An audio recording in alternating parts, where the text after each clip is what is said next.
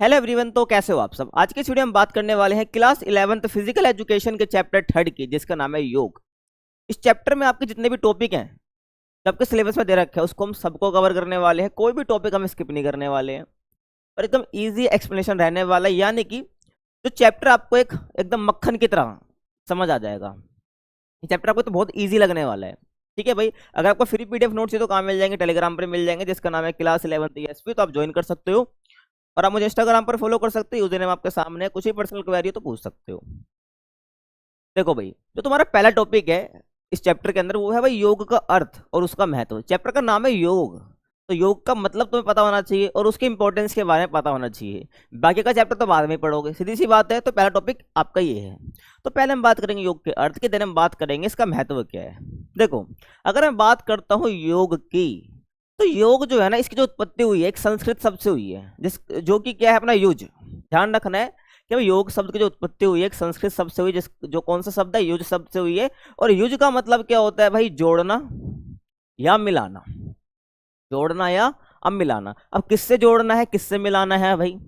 देखिए भाई, जोड़ने मिलाने का मतलब यहाँ पर ये क्या है भाई कि पूरा ब्रह्मांड से मिल जाना। ठीक है। अपने अस्तित्व को भूल कर इतने एकाग्र हो जाना, इतने एकाग्र हो जाना कि आप जिस पर ध्यान लगा रहे हो आप उसमें समा जाओ, अपने अंतरात्मा को जान पाओ, है ना? समझ रहे हो?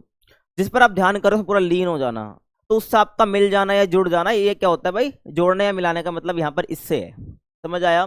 अब यहाँ पर ना योग के अलग अलग डेफिनेशंस दी गई हैं अलग अलग विद्वानों द्वारा, तो वो भी बहुत इंपॉर्टेंट है। एग्जाम पॉइंट ऑफ व्यू से आपको उसका मतलब ही पता होना चाहिए। जैसे कि मैं पहली बात करूँ तो पतंजलि, तो पतंजलि जी ने क्या यहाँ पर डेफिनेशन दी योग की? तो इन्होंने यहाँ पर बोला कि चित्त वृत्ति निरोध ही क्या है? योग है। अब यहाँ पर देखिए कौन सा शब्द है? चित्त वृत्ति निरोध ही योग है। अब मैं चित्त की बात करता हूं तो चित्त का मतलब यहाँ पर मन से है। चित्त का मतलब मन से है। वृत्ति मतलब होता है भाई विचार। विचार कह लो, ये जो हमारे मन की चंचलता होती है उसको आप कह लो। ठीक है। और निरोध का मतलब होता है रोकना या कंट्रोल करना, यानी नियंत्रण करना, आप कह सकते हो। जो आपको मतलब बताने वाला हूं। अब देखो भाई, चित्त वृत्ति निरोध ही योग है। तो यहां पर यह बोला जाता है कि भाई पतंजलि ये कहते हैं कि योग का मतलब ये होता है कि जो तुम्हारे मन की चंचलता है, जो तुम्हारे मन में उठने वाले गंदे विचार और तुम्हारा मन जो भटकता रहता है उसको नियंत्रण करना, उसको रोकना, ये क्या है? योग है। सीधी सी बात है। तुम्हें योग क्यों करने के लिए बोला जाता है? ताकि तुम्हारा मन एक जगह स्थिर हो जाए, इधर उधर भटके ना। तो यहाँ पर उन्होंने यही बोला है कि चित्त वृत्ति निरोधी क्या है? योग है, जिसका मतलब को मैं बता ही चुका हूं मैं। अब आगे मैं बात करूं, अब आगे यहाँ पर देखो किसने, महर्षि वेद व्यास ने कुछ बोला है। अब महर्षि वेद व्यास यहाँ पर क्या बोलते हैं? योग क्या? समाधि है। योग क्या है? समाधि है। अब यहाँ पर एक वर्ड आपको दिख रहा है, समाधि। समाधि आगे ही पढ़ेंगे हम, ध्यान रखना। तो समाधि एक ऐसी स्टेट होती है जहां पर आप आपको पता ही नहीं आप क्या कर रहे हो। कहने का मतलब है आपका फोकस पूरा 100% हो गया। आपका फोकस पूरा 100% हो गया। जब आप ध्यान करने बैठे, आप जब ध्यान करने बैठे, आप ध्यान कर रहे हो, अब ध्यान आपका पूरा 100% हो चुका है। आपको पता ही नहीं आपके अगल बगल चल क्या रहा है। आपको पता ही नहीं है कि आपके अगल बगल क्या चल रहा है।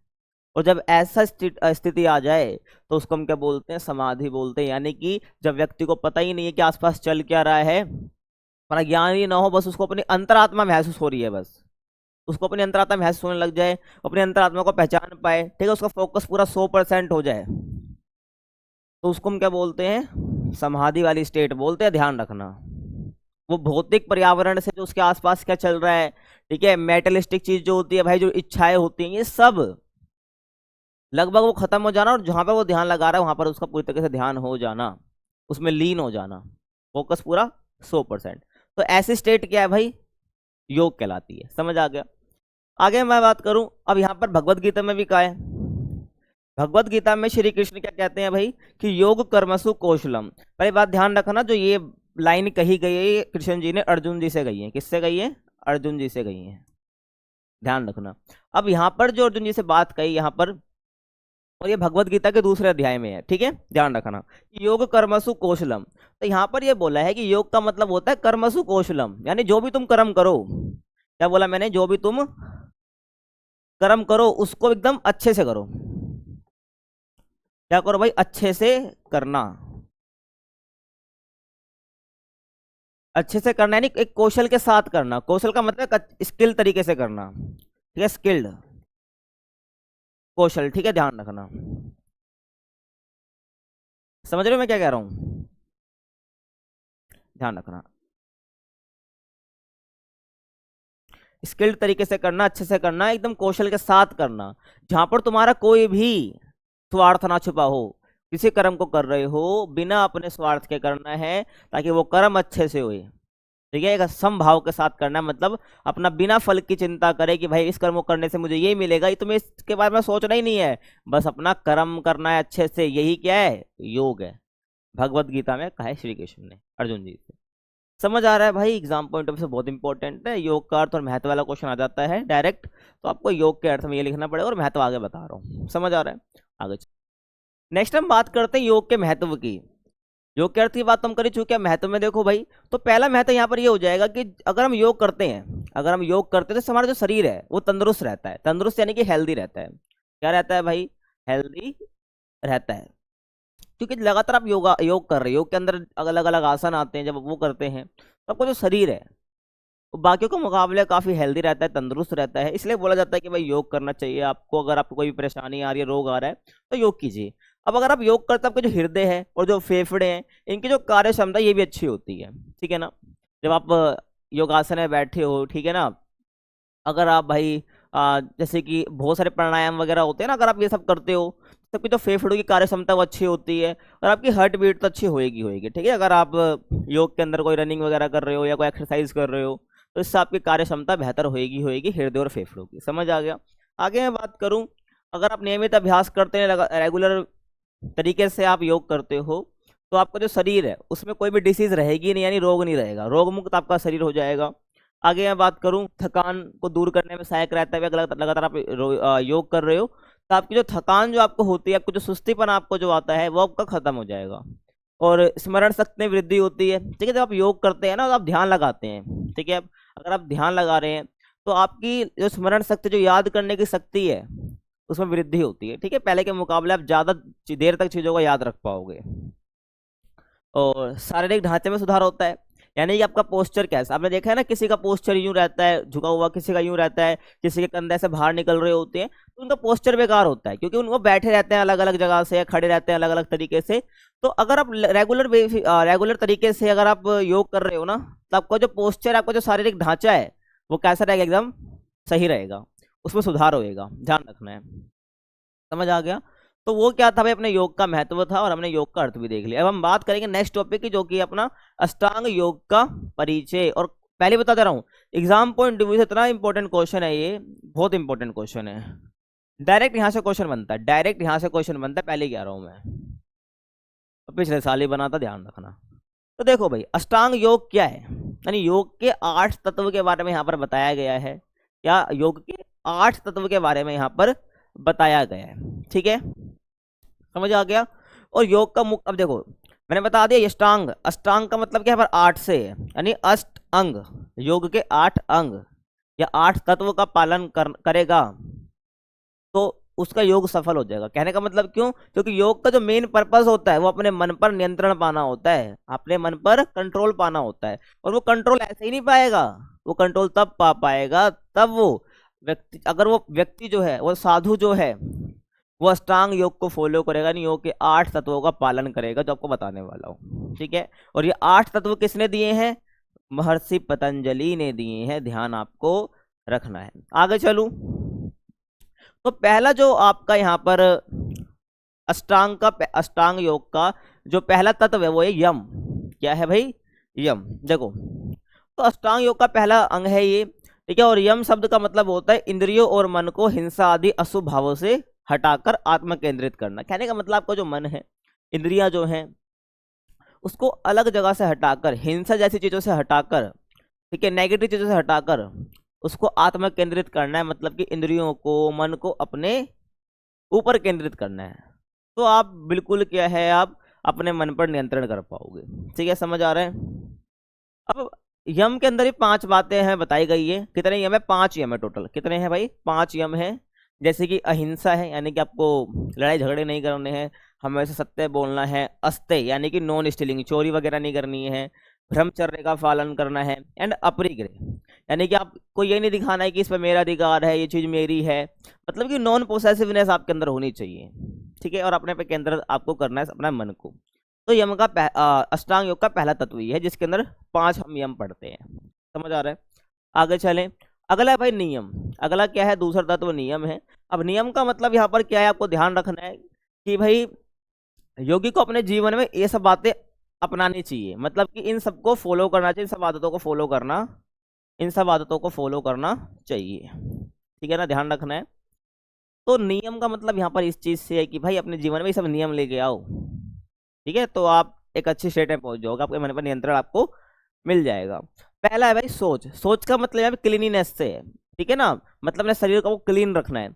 उसके बाद संतोष, जो चीज़ आपके पास है उसमें आपको संतोष कर लेना है, ठीक है। तब करना है, तब का मतलब होता है भाई डिसिप्लिन रहना है। सुबह अध्याय करना है, यानी खुद के बारे में पढ़ते रहना है, ठीक है, अपने अपने बारे में जानो, आपको क्या पसंद है क्या पसंद नहीं है। कहने का मतलब है सेल्फ स्टडी करो, ठीक है, स्वाध्याय करो। लोग अपने आपका को पढ़ते हैं नहीं, दूसरों को पढ़ते रह जाते हैं, ध्यान रखना। और ईश्वर प्राणी ध्यान, यानी डिवोशन टू गॉड, यानी गॉड के लिए डिवोशन करना, भक्ति रखना, ठीक है, इसको हम कहते हैं ईश्वर प्राणी ध्यान। तो नियम के अंदर ये सब बातें आती हैं, अगर आप ये सब करते हैं, इन सबको फॉलो करते हैं, तो आपको नियम वाला जो तत्व है वो आपने पूरा कर लिया। आप ऐसा अगर 8 तत्वों का पालन कर लेंगे जो आपको बताने वाला हूँ 6 और, तो आप अपने मन पर नियंत्रण पूरी तरीके से पालेंगे, ठीक है भाई। आगे चलें। अगला है भाई आसन। तो किसी मुद्रा में स्थिरता और सुखपूर्वक बैठना आसन कहलाता है। मत सोचना आसन क्या मतलब, आप ये मत सोचना कि आसन सिर्फ यही होता है। क्या बोला मैंने? आप ये मत सोचना आसन सिर्फ ये होता है। आसन क्या होता है भाई? किसी भी मुद्रा में, किसी भी मुद्रा में स्थिरता और सुखपूर्वक, स्थिरता मतलब कि एकदम शांति से स्थिर होकर, मिलना हिलना डुलना बिल्कुल खत्म, ठीक है ना। किसी भी मुद्रा में यानी किसी भी स्ट्रक्चर में स्थिरता और सुखपूर्वक बैठना आसन कहलाता है। ध्यान रखना, क्या कहलाता है भाई? आसन कहलाता है।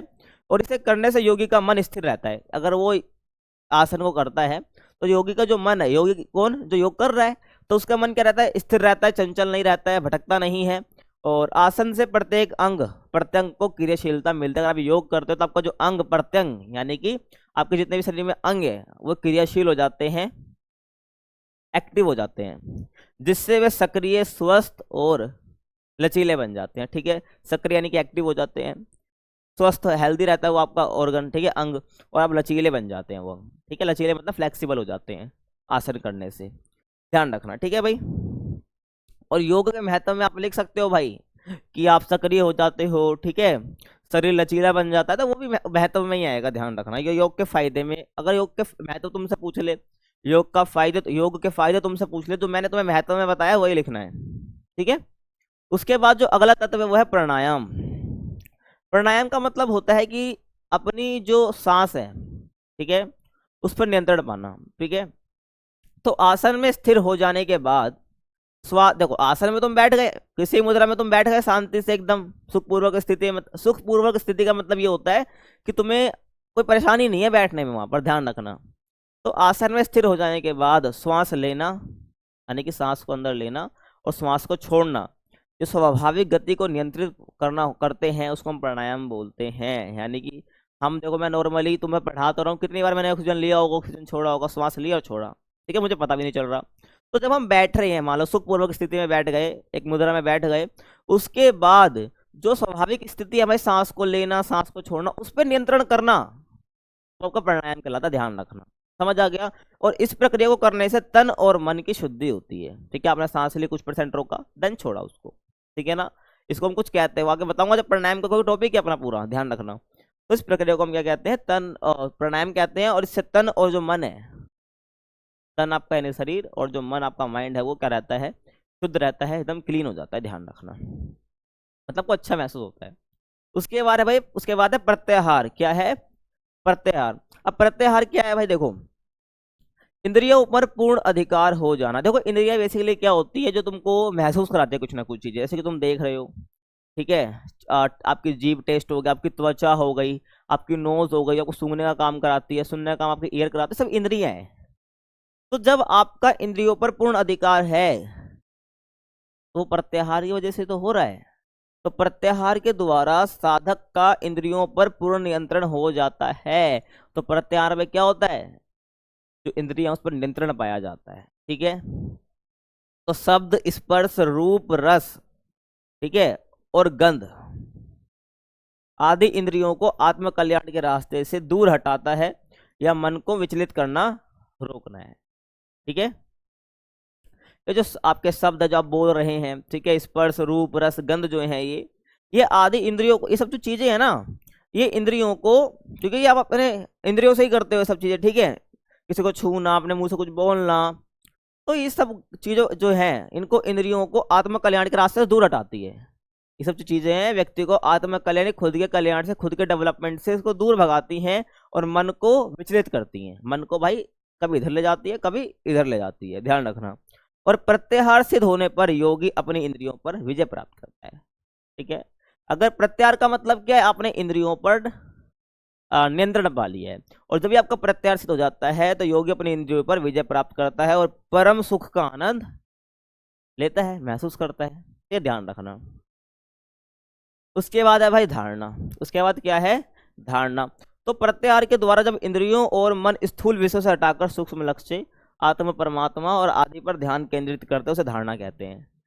देखो प्रत्याहार में क्या था कि आपने इंद्रियों पर नियंत्रण पाया, तो इंद्रियों पर नियंत्रण पाने के बाद और आपको जो स्थूल विषय, स्थूल विषय मतलब जो बकवास के विषय जिससे कोई आपका लेना देना नहीं है, उससे कुछ आपका फायदा नहीं होने वाला है, उससे हटाकर आपने सूक्ष्म लक्ष्य यानी कि छोटे छोटे गोल्स पर ध्यान देना चालू कर दिया।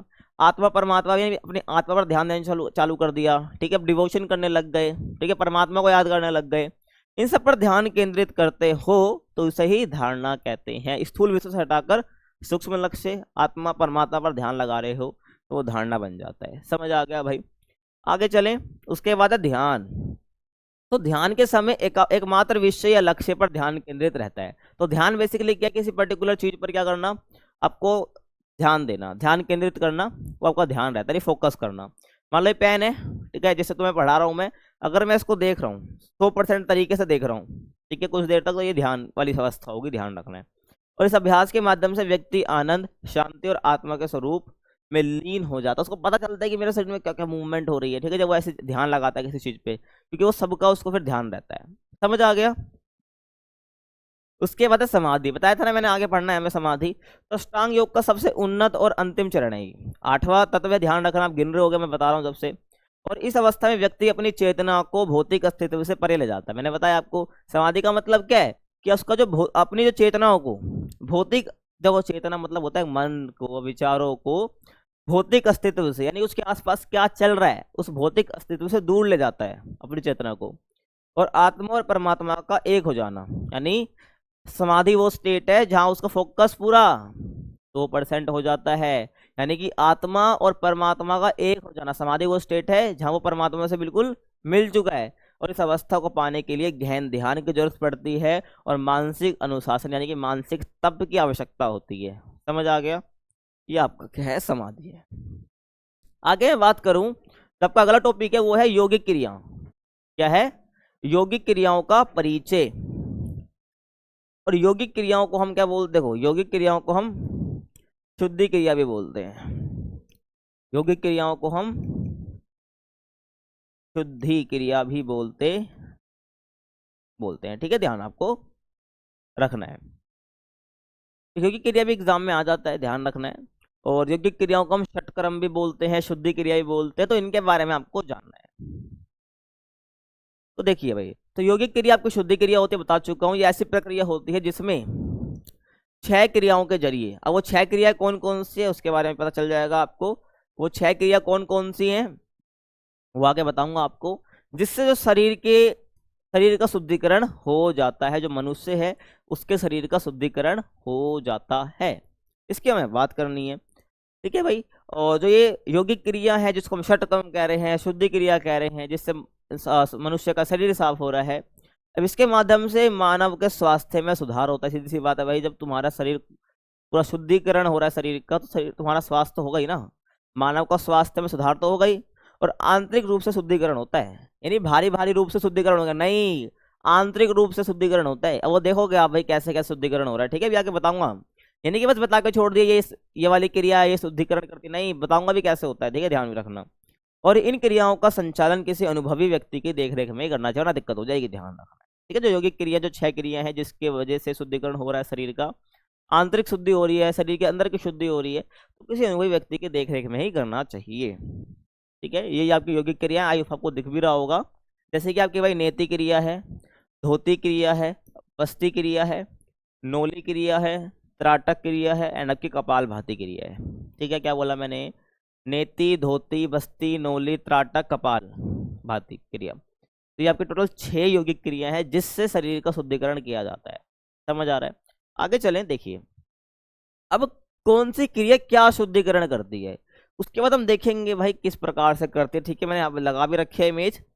तो पहले हम देखते हैं भाई कौन सी क्रिया किसके लिए जानी जाती है। देखो अगर मैं नेति क्रिया की बात करता हूँ, अगर मैं नेति क्रिया की बात करता हूँ तो ये नासिका के मार्ग को साफ और शुद्ध करने की प्रक्रिया है। आपको जो नासिका का मार्ग है उसको साफ करना, शुद्ध करना, वो नेति क्रिया में होता है। उसके बाद धोती क्रिया जो कि आपकी आहार नली की सफाई के लिए है। उसके नोली क्रिया जो कि आपके जो अमाशय के अंग है उसकी मालिश करना और उसको मजबूत करना यानी सशक्तिकरण करना, ये नोली क्रिया में आता है, आपका ध्यान रखना है। उसके बाद बस्ती क्रिया, जो बस्ती क्रिया ये आंत को धोने और शुद्ध बनाने की तकनीक है, आपकी जो आंत होती है, ठीक है, इंटेस्टाइन होता है। उसके बाद कपाल भाती, तो कपाल भाती मस्तिष्क के अग्रभाग के शुद्धिकरण के लिए श्वास तकनीक है। जो कपाल भाती है भाई वो मस्तिष्क का जो आपका अग्रभाग है उसके शुद्धिकरण के लिए श्वास तकनीक है। और त्राटक क्या है, गहन ध्यान लगाने की प्रक्रिया और एकाग्रता और शक्ति के लिए, ठीक है। तो भाई त्राटक बेसिकली क्या है, ध्यान लगाने की प्रक्रिया है जिसमें क्या होता है, एकाग्रता होती है, एकाग्रता बहुत जरूरी होती है और शक्ति के लिए ये करा जाता है। और ये भी एक तरह शुद्धिकरण की प्रक्रिया ही है, ध्यान रखना। अब देखो अब ये होती कैसे कैसे उसके बारे में हम बात करेंगे। आई होप आपको दिख रही होगा, अगर आपके पास कोई बुक है फिजिकल एजुकेशन की तो उसको लेके बैठ जाइए, चैप्टर खोल लीजिए, वहाँ आपको ऐसा कुछ दिख रहा होगा, बता भी रखा होगा, ठीक है। देखिए सबसे पहले मैं बात करता हूँ कपाल भाती की। क्या, कपाल भाती की। तो कपाल भाती में क्या करा जाता है, जोड़ जोड़ से श्वास ली जाती है। मैंने मुझे बताया कपाल भाती किस लिए काम में आती है। तो कपाल भाती किस प्रकार से करी जाती है, जोड़ जोड़ से सांस लेना फटाफट, ठीक है, ध्यान रखना। तो कपाल भाती हो गया। उसके त्राटक पे आ जाओ, क्या आ जाओ भाई, त्राटक पे आ जाओ। तो त्राटक में क्या होता है कि आपको जब तक मतलब एक जगह लगातार तब तक देखते रहना है जब तक आपकी आंख से पानी ना आने लगे, ठीक है। मैं एक जगह पे बैठ गया, एक खड़ा भी हूं मान लो, और मैं इस पेन को जब तक देखूंगा जब तक मेरी आंख से पानी ना आ जाए, मतलब आंसू ना आ जाए, तो त्राटक वाली स्टेट है, ध्यान रखना, समझ आ रहा है।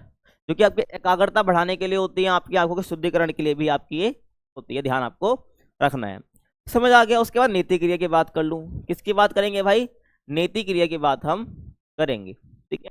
अब देखो भाई नेति क्रिया की बात करो, जल या घी वाला धागा, ध्यान रखना, आप देखना जाके इसकी वीडियो भाई, ये नेति क्रिया कैसे होती है पता चल जाएगा आपको, ठीक है। बाकी यहाँ से बता भी रहा हूँ देखो कि नेति क्रिया में कैसे साफ, देखो नेति का मतलब नासिका मार्ग को साफ करना है। अब ये करते कैसे हैं, तो जल या घी वाला धागा लेते हैं, उसको नासिका के आर पार करके मुंह से निकालते हैं, ठीक है भाई। तो क्या करा, जल या घी का मतलब भीगा हुआ धागा लेना है, कैसे भी कर लो तुम, ठीक है। तो इसको नासिका के मार्ग से निकाला, ऐसे डाला और उसको मुंह से निकालना, ठीक है। तो इससे आपका नासिका जो मार्ग है वो साफ हो जाता है, समझ आ गया। उसके बाद धोती क्रिया पे आ जाओ, ठीक है भाई। तो धोती क्रिया में क्या होता है, लंबी पट्टी को चबाना है फिर निकालना है। जो लंबी धोती क्रिया में ध्यान रखना आपको क्या करना है कि जो लंबी पट्टी है उसको चबाना है ऐसे बिल्कुल, ठीक है, उसको फिर निकालना है। तो ये आपकी धोती क्रिया हो जाती है। उसके बाद नोली क्रिया की बात करूं तो पेट की मांसपेशियों को दाएं बाएं जोर से घुमाना। नोली क्रिया में क्या होता है, जबकि पेट की मांसपेशियां हैं उसको जोर जोर से दाएं और बाएं हिलाना, ठीक है भाई। तो इससे जो है आपकी नोली क्रिया हो जाएगी। उसके बाद है बस्ती क्रिया, नाभि तक शरीर को पानी में डुबोना, ठीक है। आपकी जो नाभि है, ठीक है, आपको पता होगा नाभि आपकी है, ध्यान रखना। तो बस्ती क्रिया में क्या होता है, जो नाभि आपकी है उस वहां तक आपको शरीर को पानी में डुबोना है और फिर पेट को हिलाकर पानी को गुदा से बाहर निकालना है, ठीक है ना, ध्यान रखना है। तो आप भाई नाभि तक आपका आप पानी में डूबे हुए हो, उसके बाद आपको क्या करना है, पेट को हिलाना है और पानी को गुदा से बाहर निकालना है, समझ आ गया आपको, ये आपको ध्यान रखना है। तो ये बेसिकली क्या है, आपकी बस्ती क्रिया हो जाती है, ये नोली क्रिया, नेति क्रिया, कपाल भाती, त्राटक और धोती क्रिया। तो आपके टोटल 6 क्रिया होते हैं जिससे जो है शरीर को साफ किया जाता है। आई होप तुम्हें समझ आया होगा। आगे चलो, अब हम बात करेंगे प्राणायाम की। किसकी बात करेंगे हम?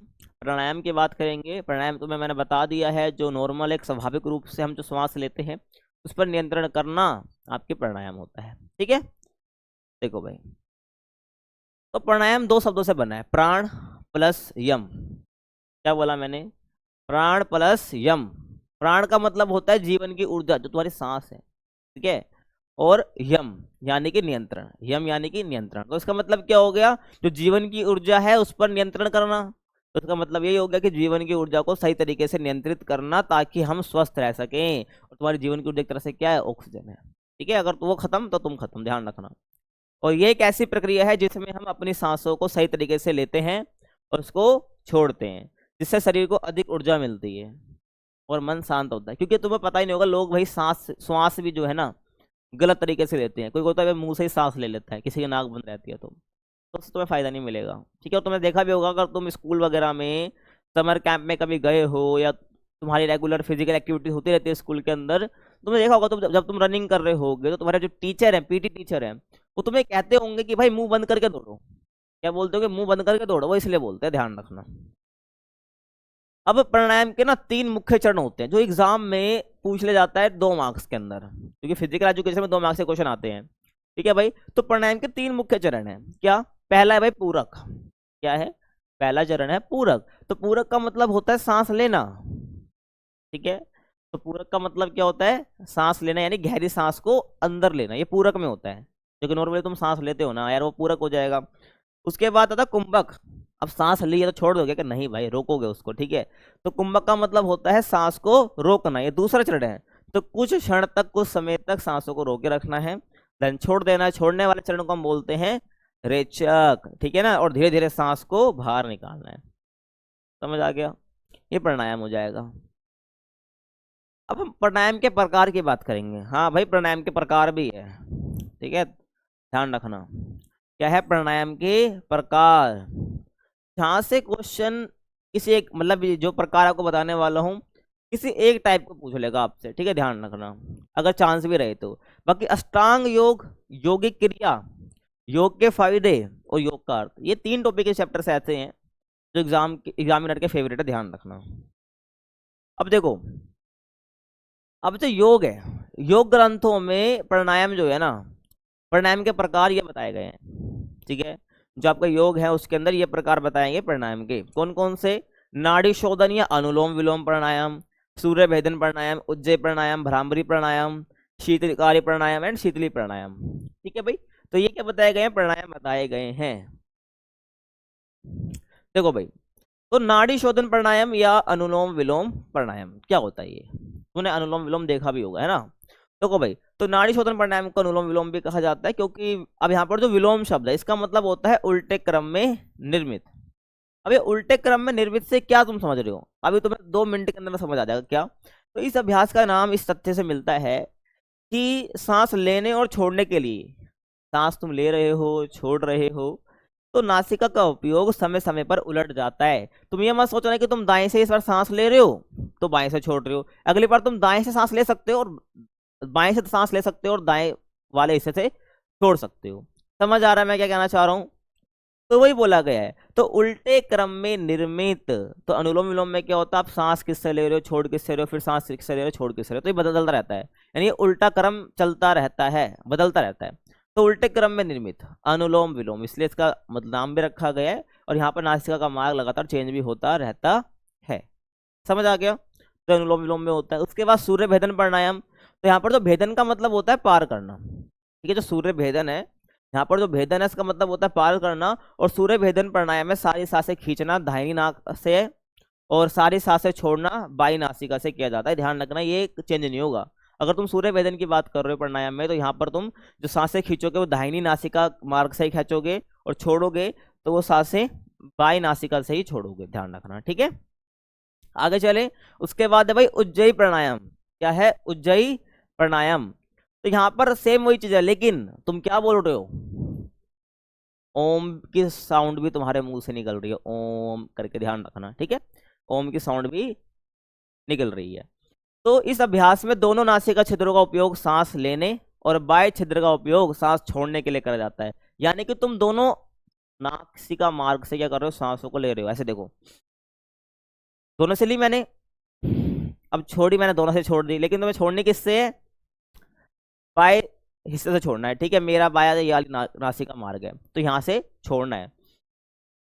अब मैंने बाएं से छोड़ी है, ध्यान रखना। तो ऐसे करना और साथ में ओम का उच्चारण करना है, तो आपके वो उज्जयी प्राणायाम है, तो ध्यान रखना है। तो दोनों नासिका छिद्रों का उपयोग सांस लेने और बाह्य छिद्र का उपयोग सांस छोड़ने के लिए किया जाता है उज्जयी प्राणायाम में, तुम्हें ध्यान रखना है भाई।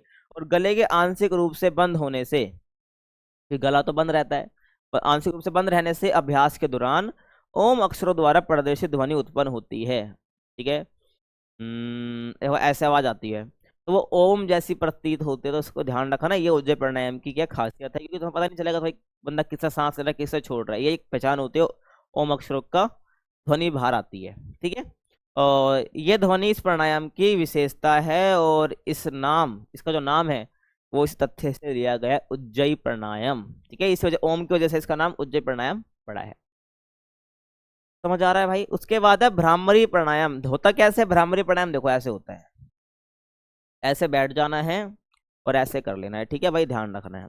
ठीक है, भ्रामरी प्राणायाम तुम्हारा है। अब ये किसका, इसमें क्या होता है देखो, तो भ्रामरी शब्द का मतलब होता है काली मधुमक्खी।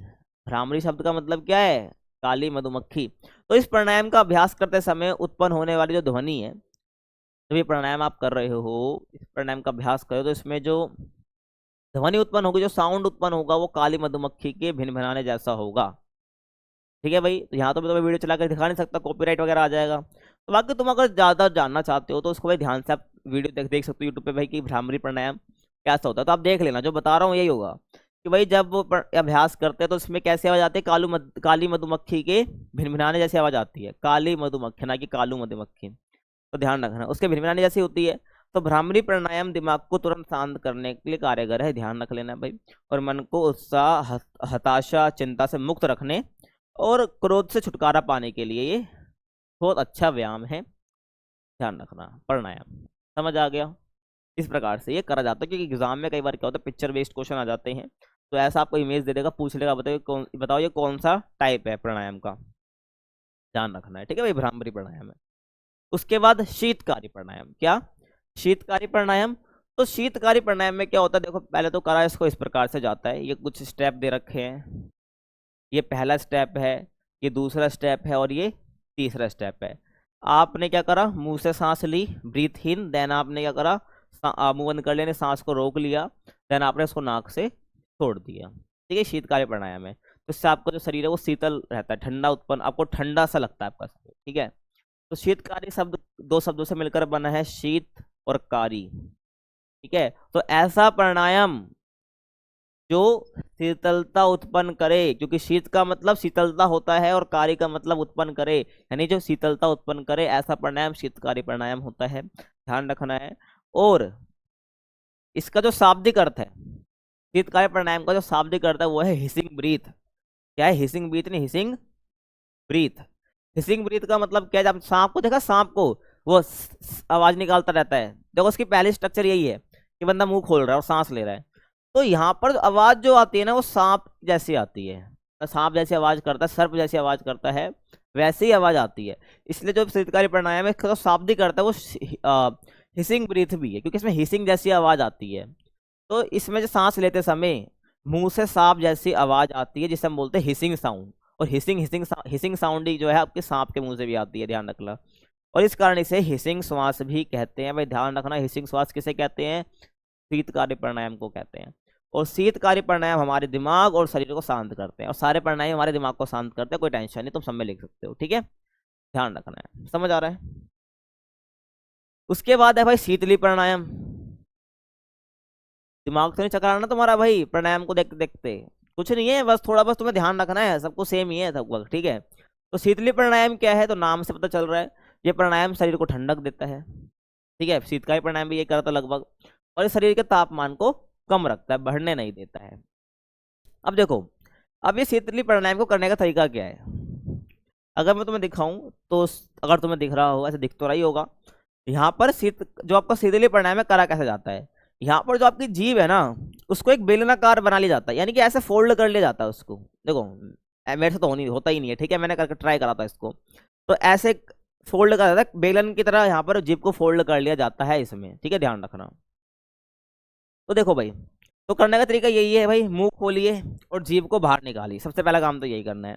उसके बाद जीभ को दोनों किनारों को, जीभ के जो दोनों किनारे हैं, मान लो मैं निकाल भी लूँ तो यहाँ से इसको मोड़ना है, ठीक है। अगर मैं जीभ बाहर भी निकाल लूँ तो उसको ऐसे मोड़ना है, ठीक है। तुम मोड़ रहे हो तो भाई बताना मुझे, ठीक है, कि भाई मैंने मोड़ ली, और मेरे से होके कमेंट में बताना, ठीक है। तो जीभ को दोनों किनारों से मोड़ना है और उसे नली का आकार दीजिए, नली यानी पाइप का, बेलन का आकार दीजिए, जैसे आप इमेज में देख भी सकते हो। इस बंदे ने क्या कर, देखो जीभ बाहर निकाली और यहाँ से इसने ऐसे फोल्ड कर दी और यहाँ से भी इसने ऐसे फोल्ड कर दिया, ऐसे, ध्यान रखना है, ठीक है, समझ आ गया। और अब इस नली नुमा, ठीक है, अब इस नली नुमा जीभ से धीरे धीरे सांस अंदर लीजिए, ठीक है भाई।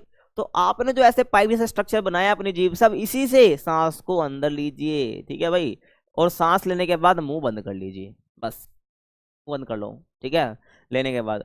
और जितनी देर हो सके आराम से रोक सकते हो उसको रोक लीजिए, ठीक है। और रोकते समय थोड़ी थोड़ी जो थोड़ी नहीं ठोडी जो है आपकी है, ठीक है, इसको छाती से लगाइए, मतलब देखो सांस रोक ली, बैठ के करना है वैसे, ठीक है, ली और उसको ऐसे जो आपकी ठोडी है उसको आपको छाती से लगा लेना है। और इसको हम जालंधर बंद भी कहते हैं, चीन लोक भी कहते हैं, ठीक है, हिंदी में इसको जालंधर बंद कहते हैं, इंग्लिश में इसको चीन लोक कहते हैं, ठीक है। तो आप इंग्लिश में ध्यान रख रहे हो, कोई दिक्कत नहीं है, चीन लोक कहते हैं। और साथ ही हल्के से गुदा के नीचे के हिस्से की मांसपेशियों को सिकोड़िए, ठीक है, जो आपका गुदा है, ठीक है, उसको क्या करना, उसकी जो मांसपेशी है उसको सिकोड़ना है ऐसे, उसको ऐसे ऊपर की साइड थोड़ा सिकोड़ना है, जिसे हम मूलबंध और एनल लोक भी कहते हैं। और लास्ट में धीरे धीरे नाक से सांस को बाहर छोड़िए, जीभ बाहर निकाली, पाइप नुमा स्ट्रक्चर बनाया, जितनी देर हो सके सांस को रोक दो, तो आपकी ठोड़ी है उसको छाती से लगाओ, जो गुदे की मांसपेशी उसको थोड़ा सिकोड़ो ऐसे, ठीक है, सिकोड़ने के बाद उसको धीरे धीरे सांस को बाहर निकालो, इसके स्टेप्स हैं। अब प्राणायाम के फायदे भी देख लो भाई, इतना कुछ देख लिया तो प्राणायाम के फायदे भी देख लो, ठीक है, प्राणायाम के अंदर पढ़ना है हमें। तो बाकी दे नहीं रखा है तुम्हारे सिलेबस में कि प्राणायाम के फायदे ही बताने हैं, बाकी बस प्राणायाम और प्राणायाम के प्रकार दे रखा है, तो मैंने बता दिया जब भी, ठीक है, क्योंकि एग्जाम वाले कुछ पता नहीं होता पूछ लेते हैं, है ना। तो देखो भाई, तो ये सांस लेने की एक विशेष विशेष तकनीक है जो शरीर को नई ऊर्जा देता है, सीधी सी बात है, ठीक है भाई, क्योंकि ऊर्जा, जीवन ऊर्जा हमारी यही है, ध्यान रखना। और मन को शांत करना, नियंत्रित करता है, जिससे व्यक्ति तरोताजा महसूस करता है। देन चिंता, उच्च रक्तचाप एंड अन्य मानसिक शारीरिक समस्याओं को कम करने में भी सहायक है, मदद करता है। चिंता होगी, चाहे उच्च रक्तचाप हो गया, यानी आपका ब्लड प्रेशर हो गया, हाई ब्लड प्रेशर हो गया, आपकी जो बाकी मानसिक समस्याएं हो गई जैसे डिप्रेशन वगैरह हो गया, टेंशन हो जाना, तो इन सबको भी छूट दिलाने में इन सबसे आपकी मदद करता है। अब आगे देखिए अगला टॉपिक और लास्ट टॉपिक, कि योग के माध्यम से सक्रिय जीवन शैली और तनाव प्रबंधन। सक्रिय जीवन शैली वो होती है एक्टिव लाइफस्टाइल, टाइम पे उठ रहे हो, टाइम पे काम पे जा रहे हो, एक्सरसाइज वगैरह कर रहे हो, बढ़िया, ठीक है, सुस्तपना नहीं है आपके अंदर, वो आपकी एक सक्रिय जीवन शैली कहलाती है। और तनाव प्रबंधन, यानी कि आपको जो स्ट्रेस है उसको मैनेज करना। तो योग के माध्यम से ये कैसे हो जाता है, लेकिन हो जरूर जाता है, ध्यान रखना, समझ आ गया। देखो अब इसकी हम बात कर लेते हैं। तो योग के माध्यम से सक्रिय जीवन शैली की हम बात करते हैं पहला, फिर तनाव प्रबंधन की बात करेंगे। देखो तो योग मन को शांत करता है, खुश करता है और स्वस्थ बनाने में मदद करता है। पीछे हम योग के बारे में पढ़ के हैं तो पता है कि भाई योग ये काम करता है, और ये हमारे शरीर, मन और बुद्धि को सही तरीके से क्या करता है, संतुलित करता है, बैलेंस्ड करता है। और योग हमें खुद को पहचानने में, यानी हम अंतरात्मा को जानने में, और अच्छे काम या अपने काम को सही ढंग से करने में सहायता करता है। ठीक है भाई, तुम्हें योग सिखाता है, पहले ही बताया योग का मतलब तुम्हें, ठीक है, योग कर्मसु कौशलम, ठीक है, तो पहचानना और अपने काम को सही ढंग से करना, बिना फल के करना, ठीक है, तो वो सब, और मन बुद्धि पर संतुलित करना, शांति, खुश, स्वस्थ, ये सब योग के माध्यम से होता है। तो योग करने से क्या होता है, आपकी जीवन कैसा हो जाता है, सक्रिय हो जाता है, आपका जो जीवन है वो कैसा हो जाता है, सक्रिय हो जाता है, समझ आया। आगे चलो, अब योगासन के फायदे, ठीक है। सक्रिय जीवन शैली क्या है वो पीछे बता दिया मैंने कि भाई किस प्रकार से योग से आप एक सक्रिय जीवन शैली जी सकते हो। देखो तो यहाँ इसी में आपको योगासन के फायदे ही पढ़ने हैं। देखो तो ये शरीर की जो पेशी है, यानी हर पेशी, यानी मांसपेशी कह सकते हो, हड्डी हो गई, नस हो गई, अंगों को मजबूत बनाता है, जो कि इसकी इंपॉर्टेंस भी है। और शरीर की सभी प्रणालियों को स्वस्थ बनाए रखता है। जितने भी शरीर की प्रणाली जो काम कर रही है, हमारी बॉडी को चलने फिरने में मदद कर रही है, उन सबको क्या रखता है? स्वस्थ रखता है। ध्यान रखना, ठीक है भाई, क्या रखता है? स्वस्थ रखता है। अब यहाँ पर जो है तनाव प्रबंधन की बात करेंगे। तनाव प्रबंधन होता है आपका योग निद्रा से, जो कि पाठ है योग का। तो योग के माध्यम से सक्रिय जीवन शैली और तनाव प्रबंधन, तो तनाव प्रबंधन के लिए योग निद्रा, ठीक है। तो योग निद्रा क्या है? तो संस्कृत में योग का अर्थ है मिलन या जागरूकता। संस्कृत में योग का मतलब हो गया मिलन या जागरूकता।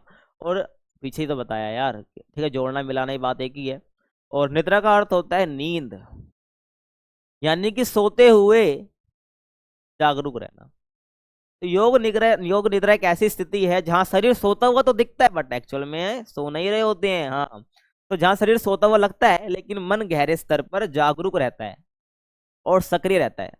सो रहे हैं बट सो नहीं रहे हैं, मतलब कि सोने वाले स्टेट में है, बट एक्चुअल में हम सो नहीं रहे, हमारा मन चालू है, ठीक है, सक्रिय है, एक्टिव है।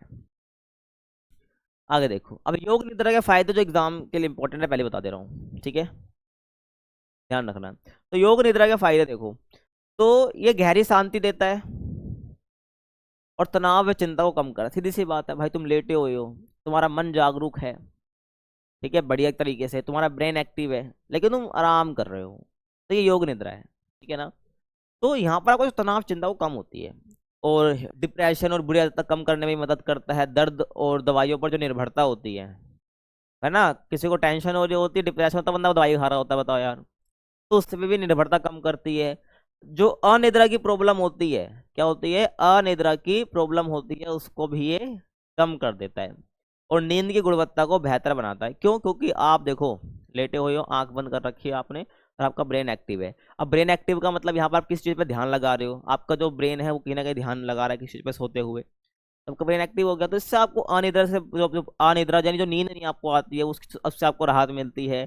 नींद की गुणवत्ता यानी कि क्वालिटी नींद भी बढ़ती है, और सीखने की क्षमता आपकी बढ़ती है। नए कौशल को आप बेहतर तरीके से और जल्दी सीख भी पाते हैं अगर आप योग निद्रा करते हैं तो। समझ आ गया ये क्या योग निद्रा के फायदे हैं। और यहाँ पर आपका चैप्टर भी क्या होता है? फिनिश होता है। आई होप तुम्हें मजा आ गया होगा, चैप्टर क्रिस्टल क्लियर हो गया होगा, तुम्हें बिल्कुल भी डाउट नहीं होगा। फिर भी डाउट है, कमेंट सेक्शन ओपन है, वहाँ पे पूछ सकते हो और कमेंट करो कि चैप्टर कैसा लगा, ठीक है। अगर तुम्हें चैप्टर बढ़िया लिखा है तो क्या लिखना है? ऐसे थम्स अप का साइन तुमको देना है, ठीक है, कमेंट में। बाकी वीडियो पसंद आई तो क्या करना है भाई? चैनल को लाइक करना है, सॉरी, वीडियो को लाइक करना है, चैनल को सब्सक्राइब करना है, कमेंट करना है, और वीडियो को शेयर करनी है अगर तुम्हारी इच्छा है तो। बाकी मिलते हैं तुमसे अगली वीडियो में, तब तक के लिए कीप वॉचिंग।